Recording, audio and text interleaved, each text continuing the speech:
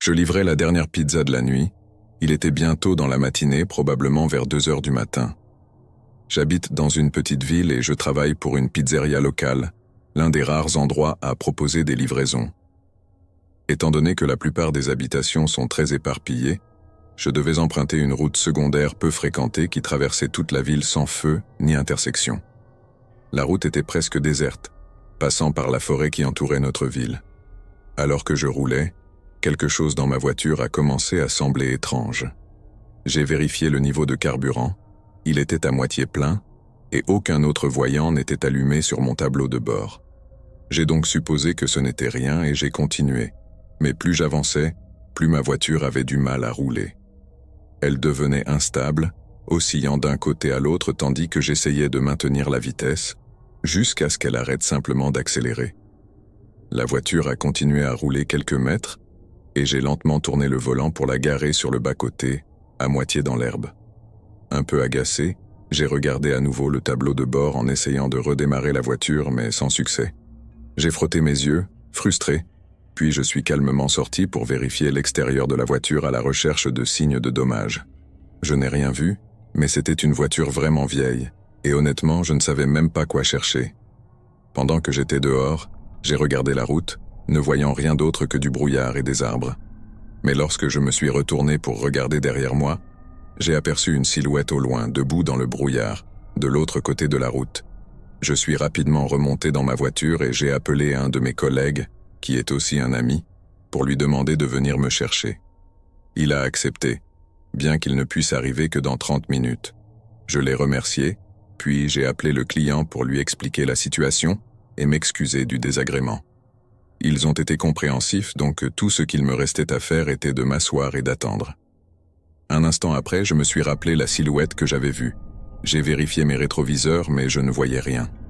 Personne n'était sur le côté de la route ni près des arbres, bien que la nuit soit très sombre et brumeuse.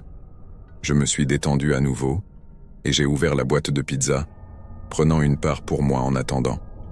Cependant, avec le temps, une sensation de malaise a commencé à s'installer. Être seul sur cette route déserte, avec une visibilité très limitée, commençait à me rendre nerveux. Je ne pouvais voir que quelques mètres dans la forêt avant que l'obscurité ne prenne le dessus, et le brouillard sur la route semblait devenir de plus en plus dense avec le temps. J'ai attendu pendant 30 minutes, gardant les yeux ouverts et vérifiant les rétroviseurs tout le long, mais ensuite, j'ai entendu quelque chose. Des pas, de plus en plus distincts à mesure qu'ils se rapprochaient, venant de l'obscurité dans la forêt. J'ai fixé le brouillard vide, voyant un homme apparaître près d'un des arbres. Il s'est approché directement de ma voiture, frappant à la fenêtre et me souriant de façon amicale. « Désolé, je ne peux pas baisser la vitre », lui ai-je dit à travers la vitre, ne sachant pas vraiment quoi dire d'autre. L'homme n'a rien répondu mais a tenté d'ouvrir la porte avant de contourner la voiture par l'arrière. Je l'ai observé dans le rétroviseur alors qu'il se tenait près du coffre, semblant essayer de se cacher un instant tout en manipulant quelque chose dans ses mains. C'est à ce moment-là que des phares ont percé le brouillard, venant de la route. L'homme a regardé la voiture qui s'approchait et a commencé à ralentir pour se garer derrière moi, puis il a couru dans la forêt disparaissant dans le brouillard.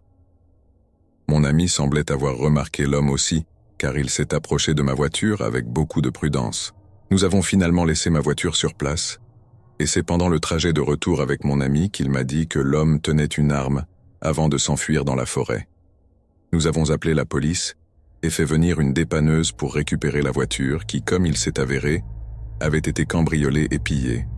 Il s'est avéré que l'indicateur de carburant était bloqué au milieu et que le réservoir était en fait vide. Mais concernant l'homme, il n'y a rien eu de plus.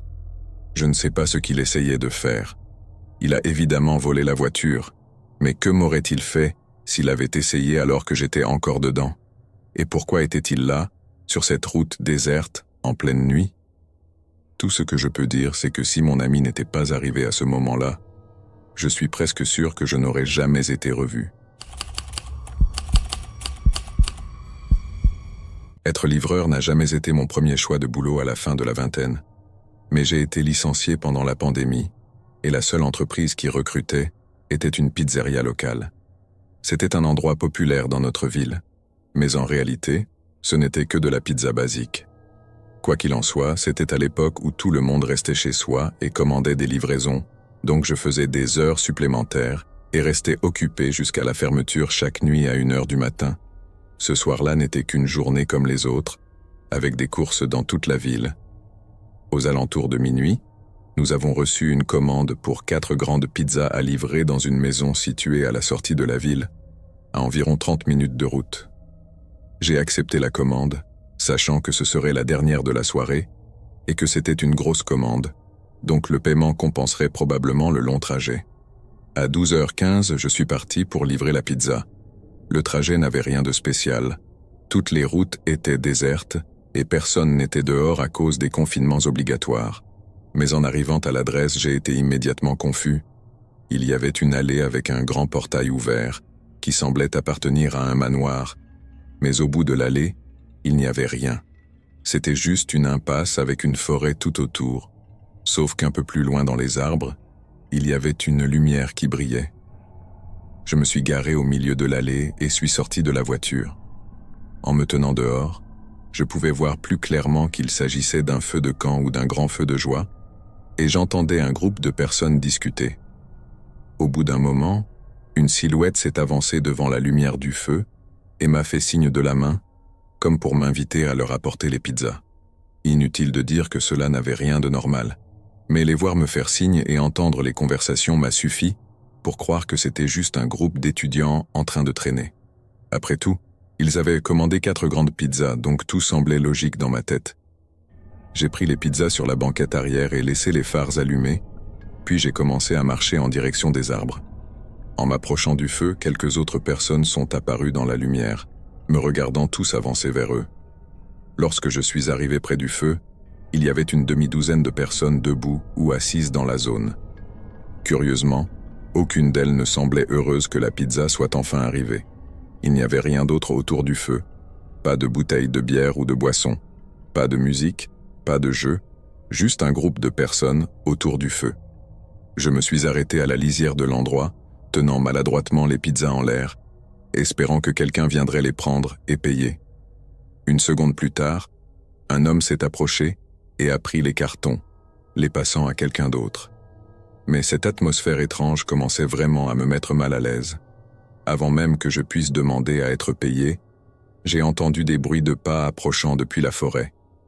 Plusieurs autres personnes se sont dirigées vers le feu, et il y en avait maintenant au moins une douzaine, tous me regardant en silence. Je n'avais jamais quitté un endroit sans être payé, mais cette situation me faisait littéralement trembler. J'ai rapidement fait demi-tour et commencé à marcher vers ma voiture. Je me suis retourné plusieurs fois, les voyant toujours debout autour du feu et n'entendant aucun d'entre eux parler. Alors que je sortais de la lisière des arbres, mon cœur a failli s'arrêter. 2 silhouettes ont soudainement jailli de derrière ma voiture et se sont enfuies en courant dans la forêt, disparaissant au-delà des phares. Je n'ai même pas vérifié si quelque chose avait été volé dans ma voiture. Je suis juste monté dedans et ai fait marche arrière, filant le plus vite possible pour m'éloigner de cet endroit. Une fois de retour à la pizzeria, j'ai raconté la situation étrange à mon responsable. Heureusement, il a compris et a même essayé d'appeler le numéro utilisé pour passer la commande, mais personne n'a répondu. Après avoir discuté un moment, j'ai fini par appeler la police pour qu'ils aillent en vérifier le comportement suspect du groupe. Cela faisait moins d'1 heure que j'étais là-bas, mais quand la police est arrivée, le seul signe de leur présence était le feu de camp, toujours allumé mais laissé sans surveillance. Ce qui s'est réellement passé cette nuit-là est un mystère, et à en juger par la situation, cela restera probablement ainsi. Je travaille à domicile pour une entreprise de cybersécurité, ce qui n'est pas aussi intéressant que cela pourrait paraître.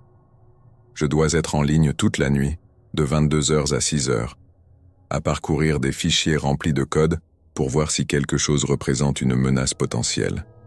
C'est extrêmement ennuyeux, et avec le quart de nuit, il est difficile de rester éveillé chaque nuit.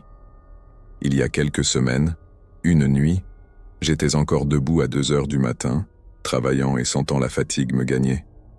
J'ai lutté contre le sommeil pendant un moment, vérifiant mon téléphone encore et encore, espérant que le temps avait miraculeusement avancé. À 2h40, j'ai décidé de faire une pause et de commander à manger pour me donner un peu d'énergie pour les 3 heures restantes de mon quart. J'ai ouvert Uber Eats et mon seul vrai choix était Taco Bell, alors j'ai passé commande et je me suis levé pour aller chercher quelque chose à boire. En traversant la maison avec seulement la lumière du couloir allumée, je me suis un peu réveillé et j'ai réalisé qu'il pleuvait dehors. J'ai regardé par la fenêtre avant et j'ai été surpris de voir à quel point la pluie tombait fort. Étant donné que j'y étais complètement indifférent pendant que je travaillais, ma première pensée a été que je venais de commander une livraison et je me suis senti mal d'obliger quelqu'un à courir sous la pluie pour mon propre confort. J'ai vérifié mon téléphone et vu que la commande avait déjà été acceptée, alors je me suis assis sur le canapé pour attendre l'arrivée du livreur. Environ 10 minutes plus tard, j'ai été notifié que la commande avait été récupérée, alors j'ai suivi la voiture sur la carte d'Uber Eats pendant qu'elle traversait la ville et finissait par arriver dans mon quartier. Une fois qu'elle était à 1 minute de chez moi, j'ai posé mon téléphone et ouvert la porte d'entrée pour que nous puissions faire l'échange aussi rapidement que possible. Je suis resté à la porte ouverte, regardant au bout de la rue, là où la voiture devait arriver, mais 5 minutes se sont écoulées sans voir de voiture. J'ai repris mon téléphone pour vérifier, et sur la carte, la voiture était toujours dans mon quartier. En zoomant, j'ai réalisé qu'elle se trouvait juste au coin de la rue, avant de tourner dans ma rue. J'ai regardé dehors à nouveau, mais je n'ai vu aucune lumière provenant de leur voiture.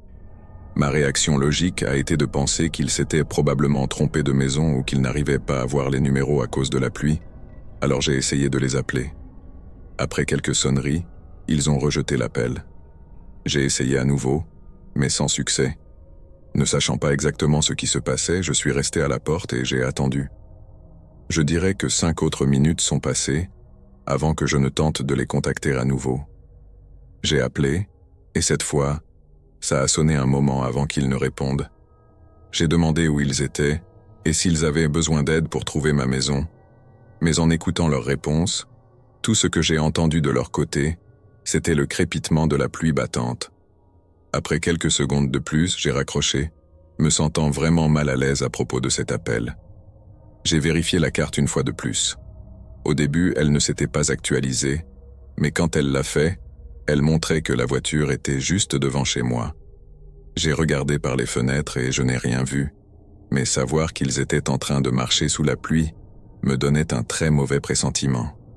J'ai fermé la porte et l'ai verrouillée. Je jure que je n'avais fait que quelques pas dans le couloir quand un coup violent a secoué la porte d'entrée. J'ai regardé prudemment par le Judas. Un homme en sweat à capuche gris arpentait le porche, tournant la tête de tous côtés, comme s'il vérifiait qu'il n'y avait aucun témoin, attendant nerveusement que je réponde. « Livraison Uber Eats », a-t-il crié, mais je n'ai vu nulle part un sac avec ma commande. Je suis resté sur place, sans répondre, ni faire le moindre bruit. L'homme devenait de plus en plus nerveux dans ses mouvements et a crié encore plusieurs fois. Puis, soudainement, il s'est pressé contre la porte, bloquant ma vue, tandis que j'entendais quelques grattements sourds sur le bois. Il a ensuite rapidement couru sur le côté de ma maison et a disparu sous la pluie. J'ai appelé la police, mais sa voiture était déjà partie, et d'après ce qu'on m'a dit, il utilisait un compte frauduleux. Quelques jours se sont écoulés sans autre incident à signaler, jusqu'à ce que je remarque une petite éraflure sur ma porte d'entrée. C'était un X, mais il ne semblait pas avoir été fait pour que je le voie. Il était plus caché, comme un indicateur personnel pour quelque chose. Cela pourrait très bien avoir été une simple tentative pour me faire peur, mais j'ai quand même peint par-dessus pour masquer ce que cette marque était censée signifier. Cette nuit me laisse toujours avec un sentiment d'inquiétude, surtout sachant qu'il avait un objet tranchant dans la main pendant qu'il attendait que j'ouvre la porte. Une partie de moi est convaincue que ce ne sera pas ma dernière rencontre avec lui. Cela s'est passé l'automne dernier, vers la fin de la saison, proche de l'hiver, et là où je vis, il fait assez froid et il neige parfois dès le mois d'octobre. Je fais des livraisons de nourriture depuis 3 ans et je travaillais cette nuit-là. Il était environ 10 heures du soir et il neigeait légèrement dehors. C'était l'une des premières neiges, donc les gens devaient être nerveux à l'idée de sortir. J'étais l'une des rares voitures à circuler, mais beaucoup de commandes arrivaient. Presque dès que j'en terminais une autre apparaissait. Après avoir conduit partout jusqu'à presque 1 heure du matin, j'ai accepté une dernière commande. La neige commençait à s'intensifier et je commençais à me sentir un peu fatigué. Je suis passé par le McDonald's où ils avaient commandé et j'ai récupéré la nourriture, puis j'ai entré l'adresse de la maison. Elle était proche, à environ 10 minutes, mais je n'avais pas pris en compte la direction avant d'accepter la commande. C'était dans la direction opposée de là où je vivais, et j'étais déjà à environ 25 minutes de chez moi, donc ça allait être un long trajet pour rentrer ensuite. Agacé contre moi-même, j'ai quitté le parking et pris la route. Les camions de déneigement n'étaient toujours pas sortis, probablement parce qu'ils ne s'attendaient pas à autant de neige, mais mon SUV était généralement bon dans la neige, donc je n'étais pas trop nerveux. Pendant que je conduisais, j'ai remarqué que la route sur laquelle je me dirigeais quittait la zone principale de la ville. J'ai vérifié la carte à nouveau et elle indiquait que c'était par là, mais c'était une route vraiment inhabituelle. Je ne savais même pas qu'il y avait des maisons par là, car la seule raison pour laquelle les gens prennent cette route, c'est pour accéder à l'autoroute qui mène hors de l'État. J'ai continué pendant quelques minutes en ne voyant que des lampadaires et des arbres, jusqu'à ce que j'arrive au virage. C'était une petite rue qui partait de la route principale. J'ai ralenti, étant plus prudent puisque cette rue était plus étroite et bordée d'arbres tout le long, donc déraper serait vraiment une très mauvaise nuit. En avançant, j'ai vu quelques longues allées menant à des lumières faibles dans les arbres au loin, avant d'atteindre l'allée où je devais tourner. Elle ressemblait à toutes les autres.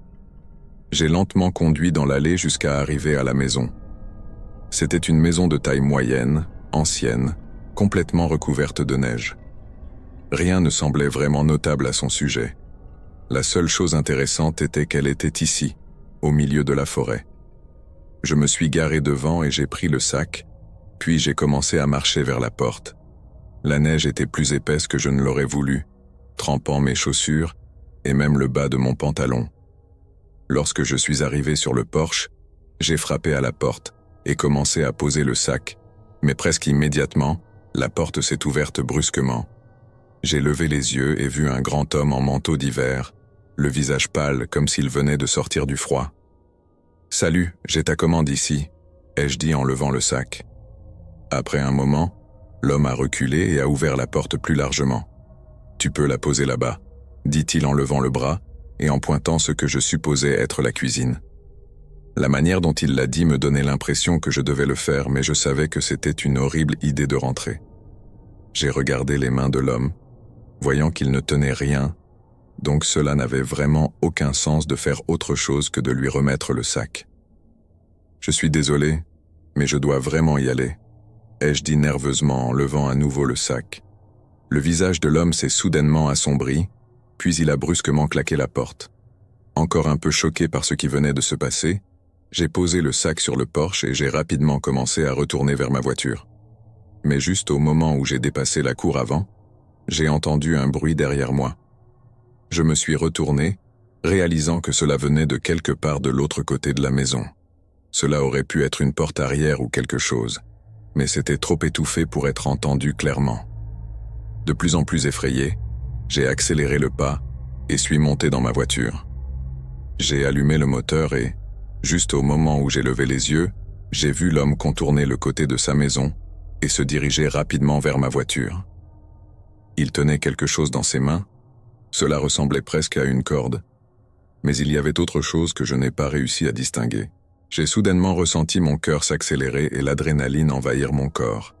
J'ai commencé à reculer, essayant de faire vite tout en ne restant pas coincé dans la neige. L'homme s'est rapproché, probablement à seulement quelques mètres, avant que ma voiture ne commence à trouver de l'adhérence sur la route et à prendre de la vitesse. J'ai reculé sur toute l'allée, voyant l'homme s'arrêter et me regarder, disparaissant lentement dans l'obscurité alors que je retournais sur la rue. Je ne sais pas ce qu'il faisait, honnêtement. Toute cette histoire était terrifiante et assez confuse pour que je n'ai même pas envie d'y penser. Je fais encore des livraisons, mais je suis bien plus prudent. La plupart du temps, je ne frappe même plus aux portes. Je dépose simplement la nourriture sur le porche et je pars. Si j'étais resté plus longtemps cette nuit-là, ou si j'étais entré dans la maison, qui sait ce qui aurait pu m'arriver. Je travaille dans un restaurant avec service au volant ouvert 24 heures sur 24, et cela s'est passé il y a seulement quelques semaines. Je suis chef d'équipe, mais la plupart du temps, je fais les mêmes tâches que tout le monde, c'est-à-dire cuisiner et prendre les commandes pendant les heures de nuit. Nous avons toujours au moins 2 personnes, dont un responsable et, en général, un cuisinier. Cette nuit-là, le cuisinier avait appelé pour dire qu'il était malade, et quand j'ai contacté les autres pour voir s'ils pouvaient couvrir son service, aucun n'a pu le faire.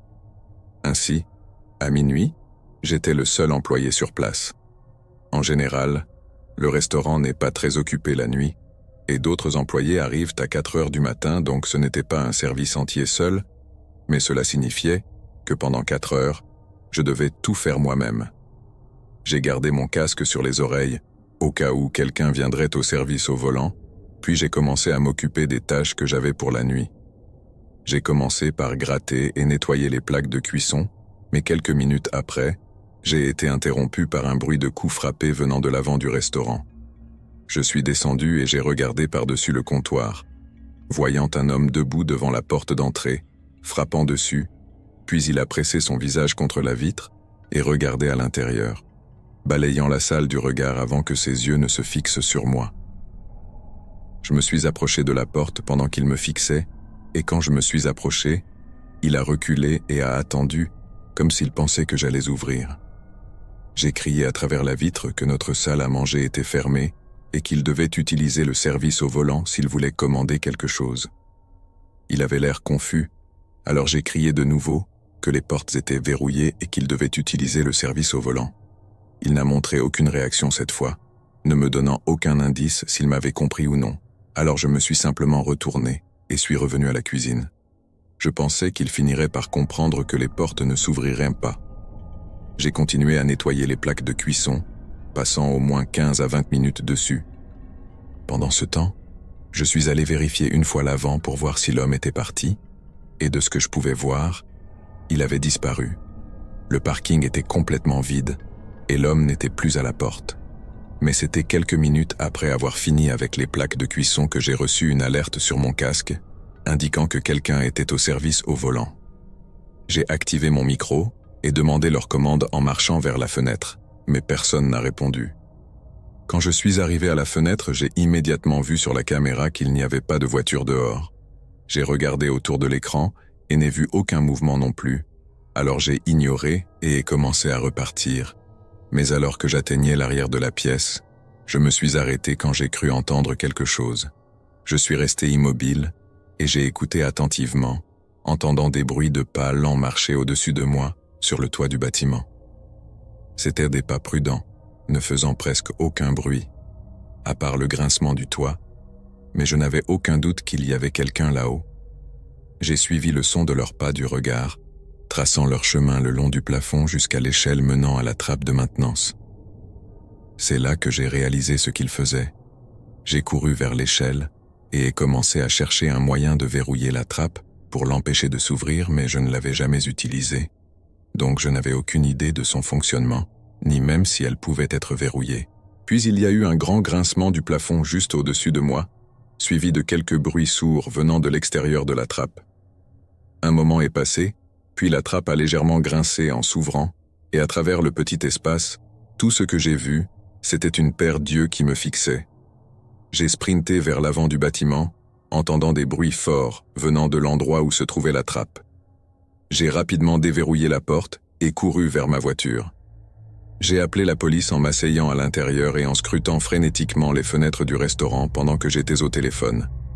J'ai vu une ombre se déplacer près du comptoir avant, puis un homme est apparu, debout au fond du restaurant, mais il regardait dans ma direction. Après un moment, il s'est retourné et a disparu derrière la cuisine, me laissant paniquer jusqu'à l'arrivée de la police. Ils ont fouillé l'intérieur et l'extérieur, montant même sur le toit, mais l'homme s'était déjà enfui. Rien n'avait été volé dans le restaurant. Aucun équipement ni argent n'avait disparu, rien. Il s'était simplement introduit, puis était reparti. J'ai essayé de ne pas trop y penser, mais il est difficile de ne pas en arriver à la conclusion qu'il était là pour moi. Comme je l'ai dit, cela s'est passé assez récemment, donc il n'y a pas encore beaucoup de mises à jour sur cette affaire. Même avec son visage capturé par les caméras, Son identité n'a toujours pas été confirmée. Le propriétaire du bâtiment a ajouté un cadenas à l'intérieur de la trappe, ce qui aurait dû être fait bien avant, mais je suppose que c'était juste une gêne pour lui. Je m'inquiète toujours des intentions de cet homme et me demande s'il pourrait m'observer à nouveau, attendant que je sois de nouveau seul, prêt à tenter ce qu'il avait prévu de faire la première fois. Je passe beaucoup de mes soirées libres à faire des livraisons pour DoorDash. C'est ma manière de gagner un peu d'argent en plus, sans avoir à m'engager dans un deuxième emploi plus strict. J'ai commencé à conduire vers 9h ce soir-là, et j'ai pris quelques commandes jusqu'à 11h, moment où cela s'est un peu ralenti. Pendant ce temps, je conduisais autour du centre commercial où se trouvent la plupart des fast-foods que les gens commandent souvent, et finalement une autre commande est arrivée. C'était une commande normale à livrer à environ 4 km. Après avoir récupéré la nourriture, j'ai lancé les directions vers l'adresse, et il est apparu presque immédiatement que ce n'était pas une maison. J'ai zoomé sur la carte qui ne montrait que des rues et des bâtiments, et l'adresse indiquée était le long d'une rue où il n'y avait aucun bâtiment. Cela ressemblait à un terrain vide, mais la carte DoorDash n'est jamais très précise. Alors j'ai juste commencé à conduire et décidé d'aller vérifier, et peut-être appeler le client s'il y avait un problème. J'ai pris la route, cela a pris un peu moins de 20 minutes jusqu'à ce que j'atteigne la rue. Cette rue était très déserte, pas de maison ni de carrefour, et aucune voiture ne circulait. Lorsque je suis arrivé à la fin, elle devenait un chemin de gravier, et sur le côté, il y avait un petit panneau en bois trop usé pour être lisible. Je me suis engagé sur le gravier et j'ai allumé mes pleins phares, et tout de suite, j'ai pu voir quelque chose au loin sur la route. Je me suis approché, et au moment où je m'approchais, mon téléphone a sonné pour me dire que j'étais arrivé. Dans mes phares, il y avait une petite maison mobile ou une sorte de camping-car, et sur la porte, des chiffres étaient mal peints. J'ai regardé mon téléphone. 2760, c'était l'adresse. Je suis sorti, tenant la nourriture dans ma main, et en m'approchant de la caravane, j'ai ressenti un malaise en la regardant. Elle était envahie par la végétation et vieille, ce qui était étrange pour une maison mobile censée être en mouvement. J'ai frappé à la porte et attendu. C'était une rare commande en espèces, ce qui faisait plus de sens en voyant l'endroit, mais cela ne me mettait pas à l'aise de devoir rester là. En regardant autour de moi, une sensation étrange m'envahissait. Cet endroit était entouré de bois, sans aucune lumière au-delà de la caravane. C'était l'obscurité totale. J'ai entendu un bruit à l'intérieur, et je me suis préparé à ce qu'ils ouvrent la porte, mais une voix à ma droite m'a surpris.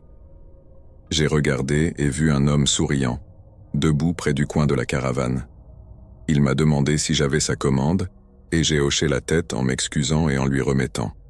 Je lui ai dit le montant total. L'homme a fouillé dans sa poche et sorti un billet de 5 $, puis a souri à nouveau en disant qu'il devait juste aller chercher le reste. Il s'est retourné et a contourné la caravane pendant que je restais là. Toute cette interaction, en la racontant, ne semble pas si étrange, mais je peux vous dire qu'il y avait quelque chose de très dérangeant chez cet homme. C'était juste quelque chose dans sa manière d'agir et de parler qui me donnait des frissons. J'ai attendu 1 minute environ avant de devenir plus nerveux et de jeter un coup d'œil derrière le coin pour voir où il était allé. Au loin, j'ai vu une silhouette debout près de ce qui semblait être le contour sombre d'un cabanon. Il ne marchait pas, il restait juste là. Alors que la peur grandissait en moi, ma tête s'est brusquement retournée en entendant la porte de la caravane s'ouvrir. Un autre homme est apparu, et juste au moment où j'allais le saluer, il a claqué la porte. Mon rythme cardiaque s'intensifiait. J'ai regardé à nouveau l'homme près du cabanon. Il revenait vers la caravane mais tenait quelque chose dans ses mains. À ce moment-là, je ne pouvais pas dire exactement ce que c'était, mais c'était soit une longue batte, soit un fusil. Je me suis précipité vers ma voiture, y suis monté et l'ai démarré avec des mains tremblantes, enclenchant la marche arrière. L'homme est sorti du côté de la maison mobile et se tenait calmement dans l'obscurité alors que je partais. Je ne sais pas ce qui s'est passé là-bas, mais je n'avais certainement pas envie de le découvrir. Je suis rentré directement chez moi ensuite et j'ai débattu de l'idée d'appeler la police, mais je me suis dit que je ne savais pas vraiment ce qui se passait. Sans hésiter, il a commencé à marcher rapidement vers ma voiture. Cette fois, je n'ai pas réfléchi à 2 fois J'ai enclenché la marche avant et forcé ma voiture à rouler sur le gravier. Dans le rétroviseur, j'ai vu l'homme s'arrêter et regarder ma voiture. Une fois sur la route principale, j'ai roulé plus prudemment, lentement, pour éviter d'endommager ma voiture, jusqu'à ce que j'aie suffisamment de signal pour appeler le 911. Mais ce qui s'est passé ensuite était tout aussi terrifiant. Cette maison appartenait à une mère célibataire avec 2 enfants, et tous ont déclaré qu'ils étaient dans la maison, dormant dans leurs chambres à l'heure où j'ai prétendu que cela s'était passé. Ils n'ont jamais commandé de nourriture, n'ont vu aucun homme et n'ont même rien trouvé de manquant dans leur maison. Je ne sais pas s'ils étaient impliqués d'une manière ou d'une autre ou s'ils étaient tout aussi victimes que moi. Pourquoi l'homme a-t-il commandé de la nourriture à la maison et crevé mes pneus reste un mystère pour moi. La seule chose à laquelle j'ai pensé, c'est peut-être qu'il prévoyait de faire quelque chose d'horrible à cette famille et qu'il avait l'intention de me piéger d'une manière ou d'une autre pour que je prenne le blâme. Cela peut sembler tiré par les cheveux, mais si c'est vrai, alors le fait que je sois parti pourrait avoir sauvé plus de vies que la mienne. J'habite à la périphérie d'une ville de taille moyenne au Wyoming. La raison pour laquelle j'y vis, c'est parce que posséder une grande parcelle de terrain ici n'est pas aussi impossible que dans la plupart des autres États. Ma maison est petite, mais assez confortable pour une personne vivant seule. Cela s'est passé il y a 4 ans, en 2019. C'était le printemps et il pleuvait presque tous les jours pendant 1 mois entier. Un dimanche, je rentrais du travail, passant la journée à regarder la télévision et à me reposer. Il devait être autour de 18 ou 19 heures quand j'ai entendu frapper à la porte de manière inattendue. J'avais à peine entendu à cause de la pluie, et en ouvrant la porte, j'ai été surpris de voir un inconnu. Ni facteur ni livreur. Simplement un homme qui avait fait tout ce chemin jusqu'à ma propriété sans prévenir. Ce qui était très inhabituel vu la distance. « Comment puis-je vous aider ?» ai-je demandé. L'homme, qui semblait avoir une 20aine d'années, m'a dit qu'il campait dans les bois tout près et qu'il avait eu des ennuis. Il cherchait un endroit où passer la nuit. Avec l'emplacement de ma maison, s'il disait vrai, cela avait du sens car j'étais le lieu le plus proche, à au moins 8 ou 9 kilomètres à la ronde. Il pleuvait aussi beaucoup, ce qui me faisait me sentir mal pour lui, mais cela n'atténuait pas le danger potentiel d'héberger un inconnu chez moi. Je lui ai proposé de passer un coup de fil pour appeler quelqu'un en ville, mais il a refusé. Après avoir simplement dit qu'il ne pouvait pas rester ici, il est parti.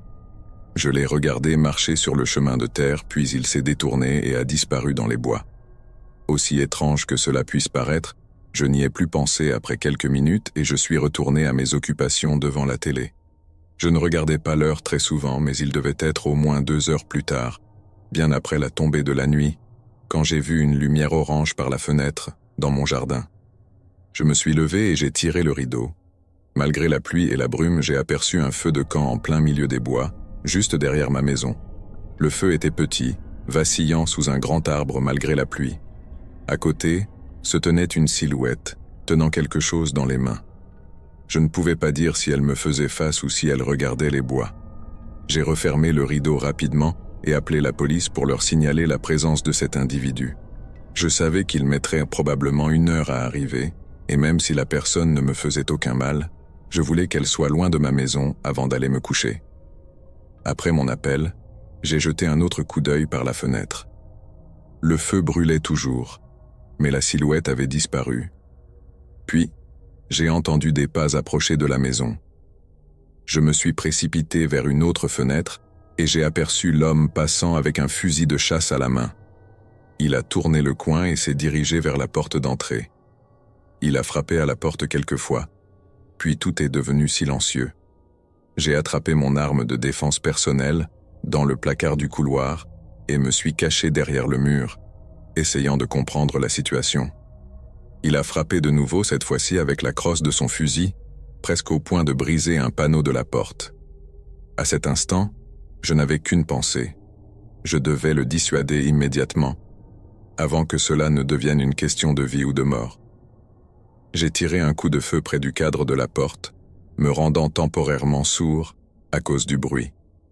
Quand mon ouïe est revenu, tout ce que j'entendais, c'était la pluie battante. Plus de pas, plus de coups, ni de cris. Après 5 minutes de silence, j'ai rassemblé mon courage et regardé par le Judas. Le perron était vide, et dans le jardin, je pouvais voir des empreintes de pas s'éloignant de la maison. Il avait dû s'enfuir juste après le coup de feu, pendant les quelques secondes où je ne pouvais pas entendre. La police a fait une fouille minutieuse et a découvert des détails étranges près de l'endroit où le feu de camp brûlait. Ils ont trouvé un sac de sport qui avait manifestement été enterré et déterré juste quelques heures avant l'attaque. Selon eux, il s'agissait probablement d'un kit pour cambriolage, ou même de meurtre, qui avait été préparé à l'avance pour être utilisé plus tard.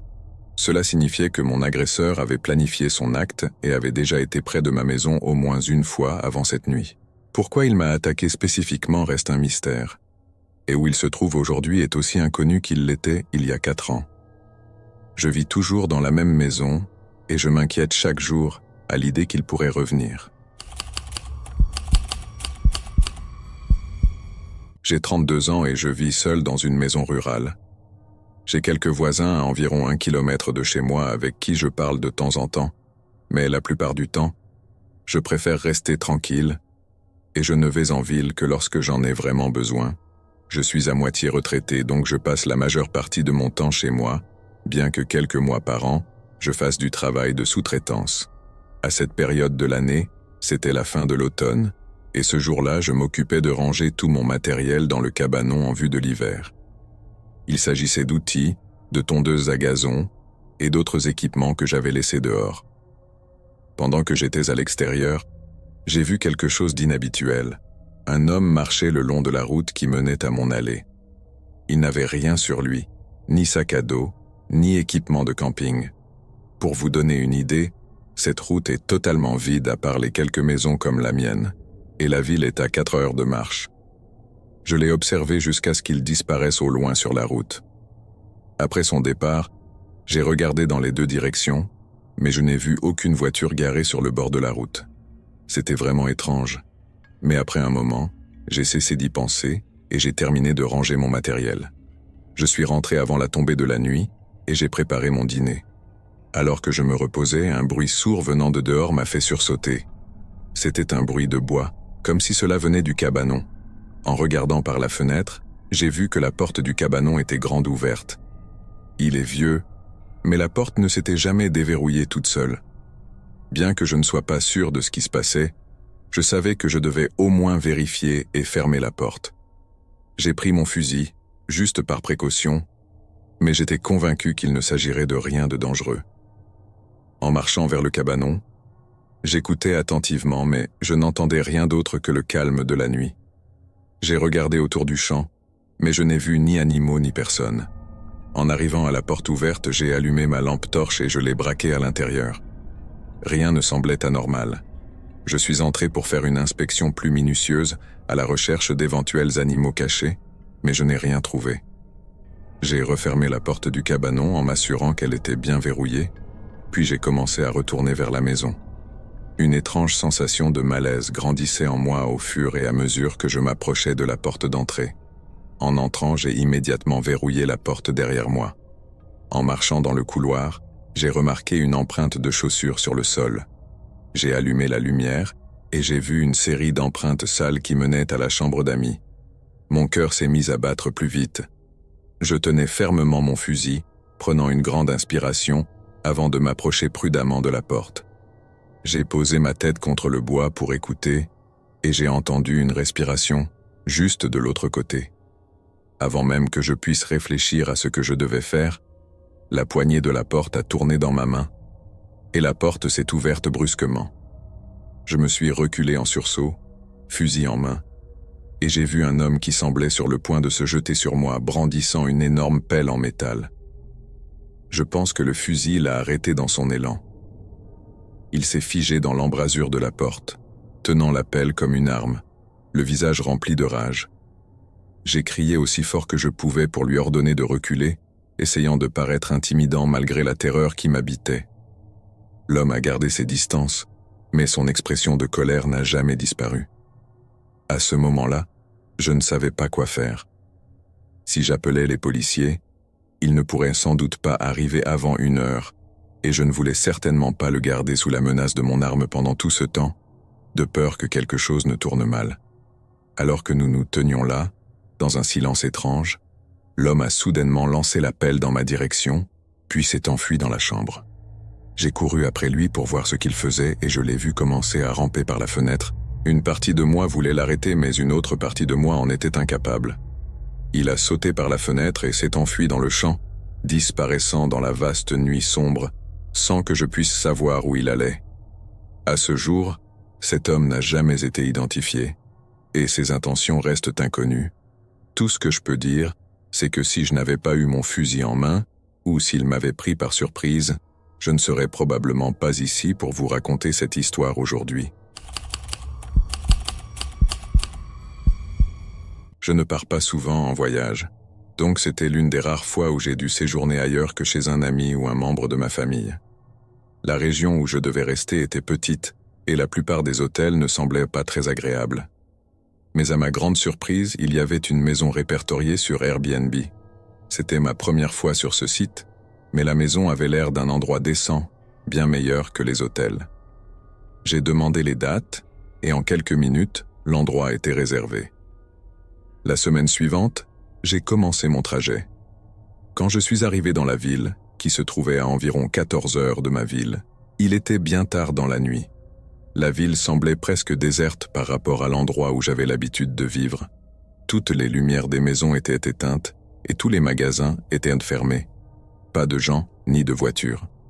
Bien sûr, c'était au milieu de la nuit, donc je ne m'attendais pas à ce que cette petite ville soit animée à ce moment-là, mais c'était quand même inquiétant, étant donné que je ne l'avais pas vue de jour. Je ne connaissais que cette impression comme première vue. La rue qui menait à l'Airbnb était sombre également, serpentant à travers un quartier boisé jusqu'à ce que j'arrive enfin à la maison. C'était l'une des rares maisons avec ses lumières extérieures allumées, mais une fenêtre à l'étage avait aussi une lumière qui passait à travers. Je me suis dit que le dernier client avait simplement fait l'erreur de la laisser allumée, donc je n'y ai pas pensé, et j'ai commencé à transporter mes affaires jusqu'à la porte d'entrée. J'ai obtenu le code de la clé par email et ouvert la porte en entrant et en verrouillant derrière moi. J'ai rapidement posé mes affaires dans un coin de la pièce, puis je suis monté à l'étage pour éteindre la lumière qui était restée allumée. C'était l'une des chambres d'amis avec juste un lit et une petite commode. Je l'ai éteinte, puis je suis allé dans la chambre principale pour ranger mes affaires. Je ne restais qu'une seule nuit, mais je l'avais réservée pour 2, car je devais y rester tard le lendemain. Je n'étais pas resté plus d'1 heure avant de finalement me mettre au lit pour la nuit. J'ai fermé les yeux et essayé de dormir, mais je restais éveillé longtemps. Je me suis redressé rapidement en entendant un bruit sourd résonner à travers les murs de la maison. Je fixais la porte, essayant de penser à ce qui aurait pu être la cause du bruit, mais aucune idée ne me venait. Je me suis levé pour vérifier. J'ai doucement ouvert la porte, regardant dans le couloir à l'étage. Il faisait sombre et silencieux maintenant. Plus de bruit, seulement le son de la maison qui tanguait dans le vent. Je suis reculé et j'ai doucement refermé la porte, mais une étrange sensation m'a amené à attendre en pensant davantage au son que j'avais entendu. Alors que je restais là, de légers craquements ont commencé à parcourir les planchers de l'autre pièce. J'ai écouté avec mon oreille contre la porte alors que le craquement avançait dans le couloir, puis commençait à se diriger vers ma porte. J'étais tellement sous le choc que je n'ai presque pas réalisé que cela devait être des pas de quelqu'un qui approchait. Mon cœur a commencé à s'emballer alors qu'il venait juste de l'autre côté de la porte. J'ai mis ma main fermement sur la poignée de la porte pour l'empêcher de bouger, et un instant plus tard, j'ai senti qu'elle était tirée vers le bas. Dès que j'ai résisté, la personne a relâché sa prise. Il y a eu un petit moment avant que soudainement la poignée soit forcée vers le bas et qu'elle soit projetée contre la porte. Elle s'est ouverte à moitié avant que je ne presse mon corps contre elle. Je n'ai vu qu'une moitié de son visage dans l'embrasure de la porte, mais dans ses yeux, il y avait une colère que je ne m'attendais pas à voir un jour. Après une lutte, j'ai réussi à repousser la porte pour la verrouiller. L'homme de l'autre côté a essayé de l'ouvrir à nouveau, mais après avoir crié quelques mots désagréables dans ma direction, il a couru en bas et hors de la maison. J'étais encore en train de reprendre mon souffle, l'esprit en ébullition, mais j'ai réussi à me ressaisir et à composer le 911. Pour une si petite ville, ils sont arrivés rapidement. Le propriétaire de l'Airbnb a poursuivi l'affaire après mon départ le lendemain, mais je regrette de ne pas avoir suivi cela. Cet homme semblait si désespéré de vouloir entrer dans ma chambre et était dans un état de rage, comme s'il voulait me faire du mal, comme si j'avais fait quelque chose contre lui. Tout cela est perturbant. Et je ne pense pas que je pourrai jamais l'oublier, mais les Airbnb ne seront probablement pas quelque chose auquel je participerai de nouveau pendant longtemps. L'année dernière, j'ai déménagé dans une nouvelle maison, loin de la ville. Mon nouveau travail était à domicile, donc je n'avais plus de raison d'être dans une ville encombrée et chère. Pendant les 2 premiers mois, j'ai adoré tout dans cet endroit, surtout d'être si loin des autres. Cependant, un après-midi de semaine ordinaire, j'ai eu un coup à ma porte. C'était en fait la première fois que quelqu'un venait frapper chez moi depuis mon déménagement, donc cela m'a un peu surpris. J'ai ouvert la porte pour découvrir un homme d'âge moyen, grand. « Comment puis-je vous aider ?» ai-je souri pour être amical, pensant qu'il était probablement un voisin d'un peu plus loin. Étrangement, la première chose qu'il a faite a été de se pencher sur le côté et de regarder à l'intérieur de ma maison, comme s'il essayait de voir qui d'autre était chez moi. Étonné par son comportement, j'ai tiré la porte et bloqué le passage avec mon corps avant de dire quoi que ce soit. L'homme s'est alors éloigné de la porte. Je suis resté là à le regarder descendre mon allée et continuer à marcher jusqu'à la rue, où il est monté dans une voiture garée et s'est éloigné.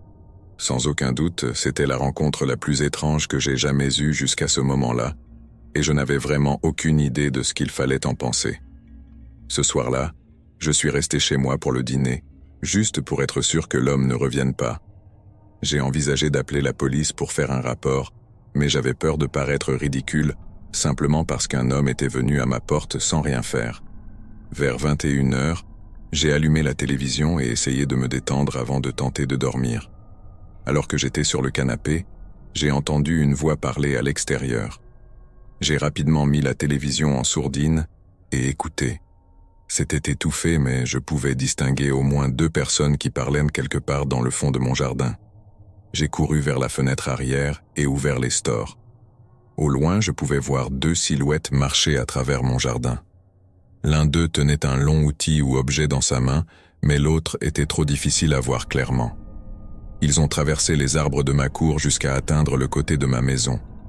Je suis allé à la fenêtre latérale pour essayer de voir où ils étaient passés, mais j'ai perdu leurs traces et ils avaient cessé de parler.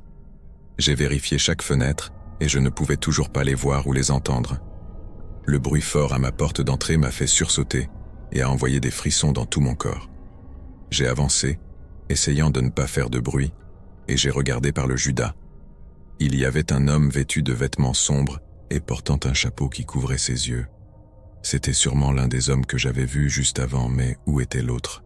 « Que voulez-vous » ai-je crié, pensant qu'ils savaient probablement déjà que j'étais chez moi, ou peut-être que cela pourrait les effrayer. L'homme est resté sur le seuil et a regardé le côté de ma maison, puis s'est tourné à nouveau vers la porte. Après quelques secondes, le manque de réponse a commencé à me terrifier. Je suis retourné au salon pour prendre mon téléphone et appeler la police, mais j'ai été interrompu par un bruit sourd suivi d'un autre, puis d'un autre. J'ai regardé à travers le couloir et j'ai vu un homme frapper la porte arrière avec une pelle. Il m'a vu, m'a regardé une seconde puis a couru. J'étais tellement effrayé que j'ai hésité à appeler la police ou à essayer de trouver un endroit pour me cacher. La meilleure solution était évidemment de faire les deux, mais mes pensées ont de nouveau été interrompues lorsque j'ai entendu la fenêtre latérale se faire frapper. J'ai pris mon téléphone et composé le 911 pendant que l'homme continuait à frapper la fenêtre encore et encore. Juste au moment où la police a répondu, tout est devenu silencieux et est resté silencieux jusqu'à l'arrivée des agents. Quand ils sont arrivés, j'ai été surpris par un bruit soudain à l'extérieur. Il s'est avéré que c'était l'homme à la porte qui avait choisi de ne pas partir. Et après un examen plus attentif, c'était le même homme qui était venu plus tôt dans la journée. Étrangement, quand la police l'a arrêté, il a refusé de dire quoi que ce soit sur l'autre homme qui était avec lui. Il a tout nié encore et encore, même s'il y avait des fissures et des bosses claires sur les portes et les fenêtres. C'était frustrant à écouter. Et même des semaines plus tard, l'homme refusait encore de donner des détails sur pourquoi il était venu chez moi 2 fois ce jour-là, ou qui était l'autre homme. Tout reste si sans réponse que cela me donne encore la chair de poule aujourd'hui. Pourquoi cet homme essayait-il tellement de s'introduire chez moi? Et quel rôle l'homme à ma porte jouait-il dans cette tentative? J'ai déménagé dans les mois suivants et j'espère depuis qu'il ne s'en prenait pas à moi, ou qu'il ne s'en prenne toujours pas à moi. J'utilisais Kijiji pour vendre une chaise de bureau que je ne voulais plus. Elle n'était ni cassée ni endommagée et avait à peine été utilisée, mais je n'en avais tout simplement plus besoin. Cela a pris quelques jours, mais finalement j'ai reçu un message d'un homme intéressé par l'achat de la chaise. Nous avons eu un court appel téléphonique et il semblait être un homme sympathique comme les autres. Il était également prêt à payer le prix que je demandais, donc tout semblait parfait. Nous avons convenu de nous rencontrer dans le parking d'un Walmart local, ce que j'ai choisi pour rester dans un cadre public. Vendredi après-midi, j'ai appelé l'homme et lui ai fait savoir que j'étais en route. Je suis donc descendu au Walmart et j'y suis arrivé à l'heure. Il a dit qu'il conduisait une Honda Civic grise, ce qui m'a semblé très générique et fondamentalement inutile comme information. Il savait également quelle voiture je conduisais, donc j'espérais au moins qu'il me verrait et viendrait. Mais le temps a passé et il n'y avait aucun signe de lui. J'ai envoyé un message, puis quelques minutes plus tard j'ai appelé, mais il ne répondait pas. Je suis resté dans le parking pendant presque 1 heure à attendre qu'il se montre, mais alors que le soleil se couchait, j'ai décidé de rentrer chez moi. Pendant la majeure partie du trajet, j'étais juste ennuyé et déçu d'avoir perdu mon temps pour aucune raison. Mais à peu près à mi-chemin, j'ai réalisé que la voiture me suivait depuis un moment. Cela m'a rendu nerveux, mais une fois que j'ai tourné dans ma rue, elle s'est éloignée. Après être rentré chez moi et avoir posé mon téléphone sur le comptoir, je suis ressorti pour ramener la chaise à l'intérieur. En descendant mon allée, une voiture s'est arrêtée le long de la route et s'est garée juste devant ma maison.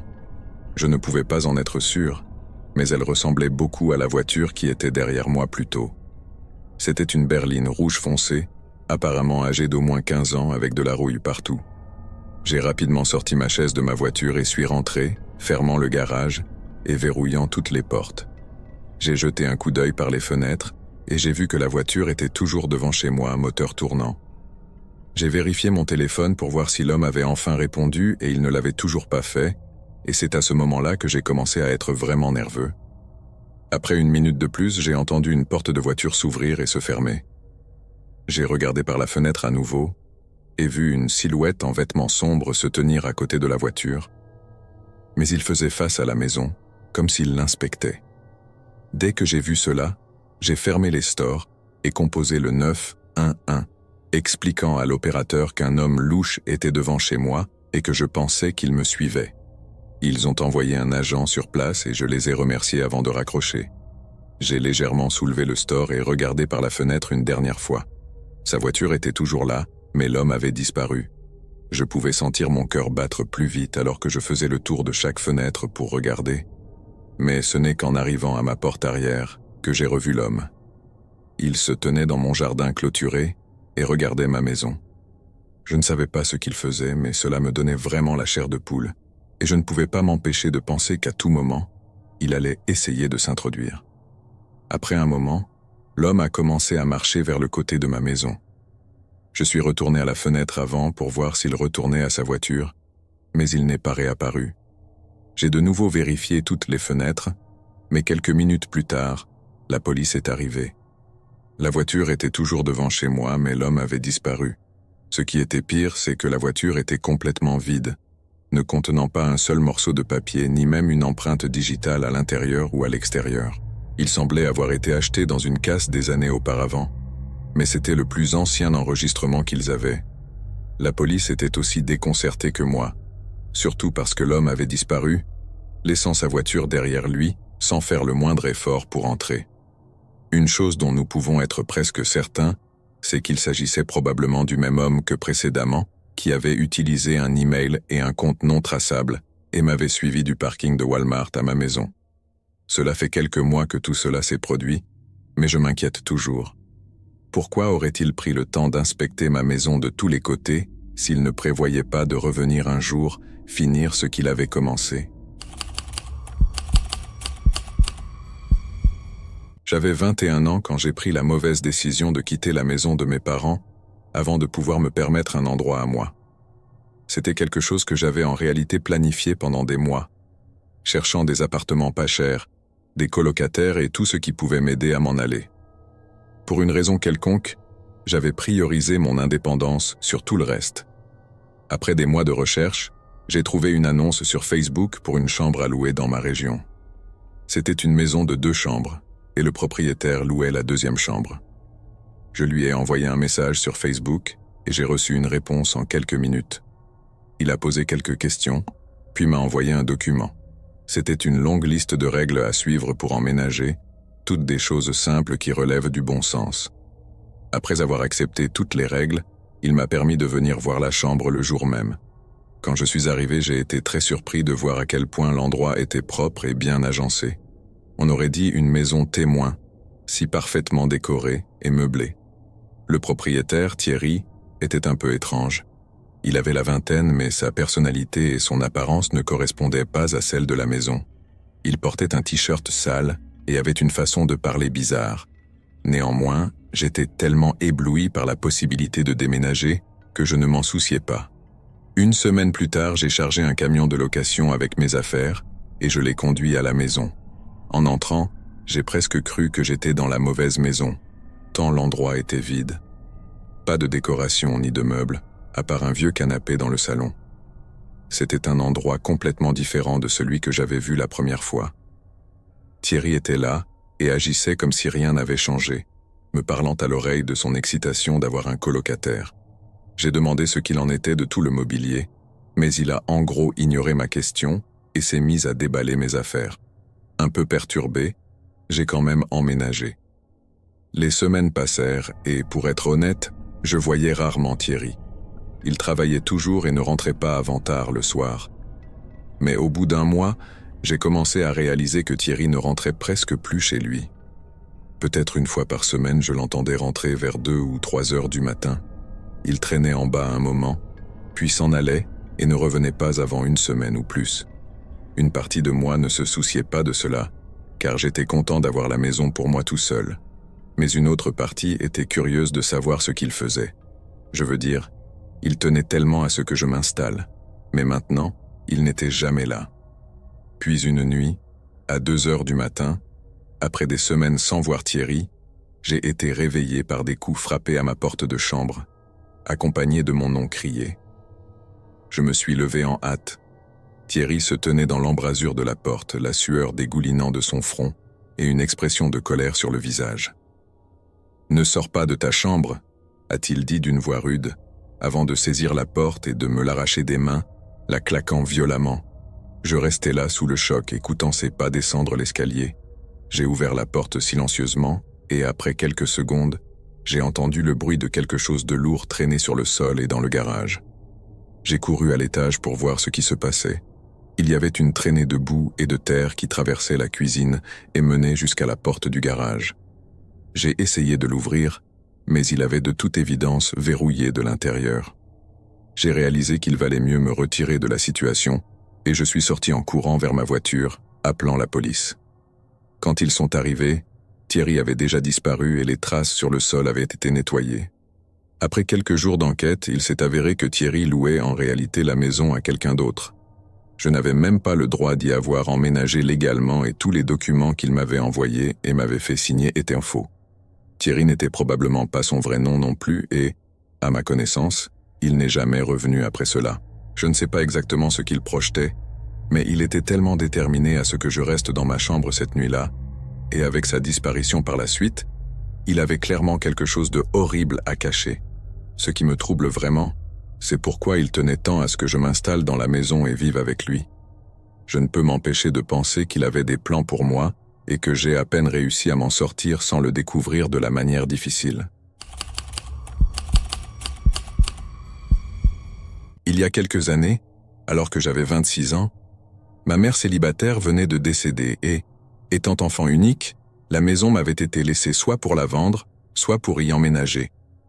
Je vivais dans un appartement vraiment insalubre, car je ne pouvais pas me permettre grand-chose à l'époque et après beaucoup de réflexion, j'ai décidé de m'installer dans la maison. Elle était déjà payée, donc je réalisais des économies considérables en emménageant.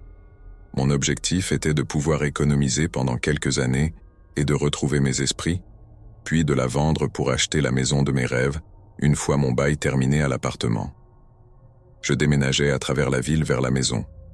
Elle faisait partie d'une communauté de propriétaires terriens, mais ces dernières années, la plupart de ces terres avaient cessé d'être exploitées pour l'agriculture et étaient laissées à l'état de champs vides. C'était le cas du terrain de ma mère également. Il s'agissait en gros d'une maison de style grange au milieu d'un immense champ, avec seulement un petit chemin envahi par la végétation menant jusqu'à elle. Au cours de la première semaine, je passais la plupart de mon temps à nettoyer et à organiser mes affaires. Pendant l'une de ces nuits, alors que je nettoyais, j'entendis une voiture s'approcher de la maison. Je regardai par la fenêtre et vis un vieux pick-up roulant sur le chemin envahi par la végétation. C'était étrange, car la seule raison de venir ici serait de se rendre à la maison, mais juste en arrivant au bout du chemin, ils ralentirent et s'arrêtèrent. Je pouvais distinguer une silhouette masculine au volant, mais je ne pouvais pas distinguer de détails. Ils restèrent là un moment, leurs phares illuminant le champ, avant de faire demi-tour et de repartir. Je pensais qu'ils avaient probablement saisi la mauvaise adresse ou quelque chose comme ça, mais c'était un peu inquiétant de voir quelqu'un venir ici si tard dans la nuit. Quelques jours passèrent, et entre-temps, j'avais terminé de nettoyer et d'organiser la maison. C'était un dimanche soir et je regardais la télévision tout en mangeant un repas fait maison lorsque j'entendis un son familier au loin. Une voiture se dirigeant vers la maison. Je regardai à nouveau par la fenêtre et vis le même pick-up descendant le chemin, cette fois avec tous ses phares éteints. Sachant qu'il ne pouvait pas s'agir d'un accident cette fois, je commençai à m'inquiéter. Je jetai rapidement un coup d'œil à mon téléphone et vis qu'il était presque 1h du matin. Pourquoi quelqu'un viendrait-il ici à cette heure-là? Le camion se gara devant la maison et un homme en sortit, commençant à marcher vers le porche. J'attendis anxieusement, mais après 1 minute, il n'y avait ni son de sonnette ni de coup à la porte. J'approchai prudemment de la porte d'entrée et regardai par le judas. Un homme se tenait juste sur le porche, regardant directement la porte. J'étais terrifié car il semblait contempler quelque chose, puis il se retourna et retourna à son camion, pressé de s'en aller. Je fus vraiment dérangé. Alors je contactai la police pour signaler cela, mais il n'y avait rien d'autre à faire. Je me couchais ce soir-là avec un très mauvais pressentiment à propos de tout cela. Apparemment, j'avais raison, car je me réveillais en pensant entendre un coup à la porte. Ce n'était qu'un seul coup. Je me levai immédiatement et regardai par la fenêtre. Mais le camion que je pensais voir n'était nulle part à l'extérieur de la maison. Je quittai silencieusement ma chambre pour essayer de descendre et voir qui c'était. Mais juste en atteignant le haut des marches, je remarquai que la porte d'entrée était légèrement ouverte. Je me figeai et quelques instants plus tard, j'entendis des pas dans le couloir en dessous de moi. Je me cachai rapidement dans la chambre d'amis à côté et composais le 911 alors que les pas devenaient de plus en plus forts et commençaient à monter les escaliers. Ils allèrent directement dans la chambre principale et je pouvais les entendre déplacer des choses comme s'ils cherchaient à quelque chose. J'étais trop effrayé pour parler à l'agent au téléphone, craignant que l'intrus ne m'entende. Alors je restai là, silencieuse. Ils passèrent quelques minutes à fouiller dans la chambre avant de redescendre et finalement quitter la maison.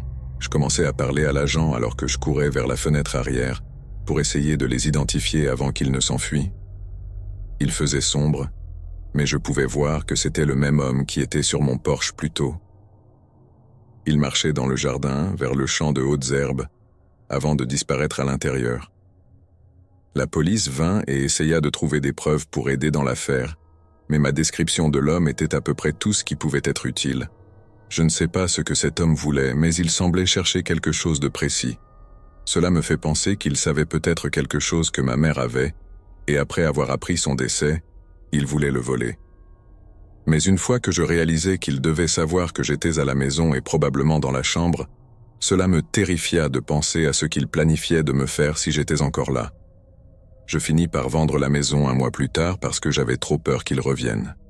Même maintenant, je vérifie tous les quelques mois s'il y a eu des rapports de cambriolage récents à cette adresse.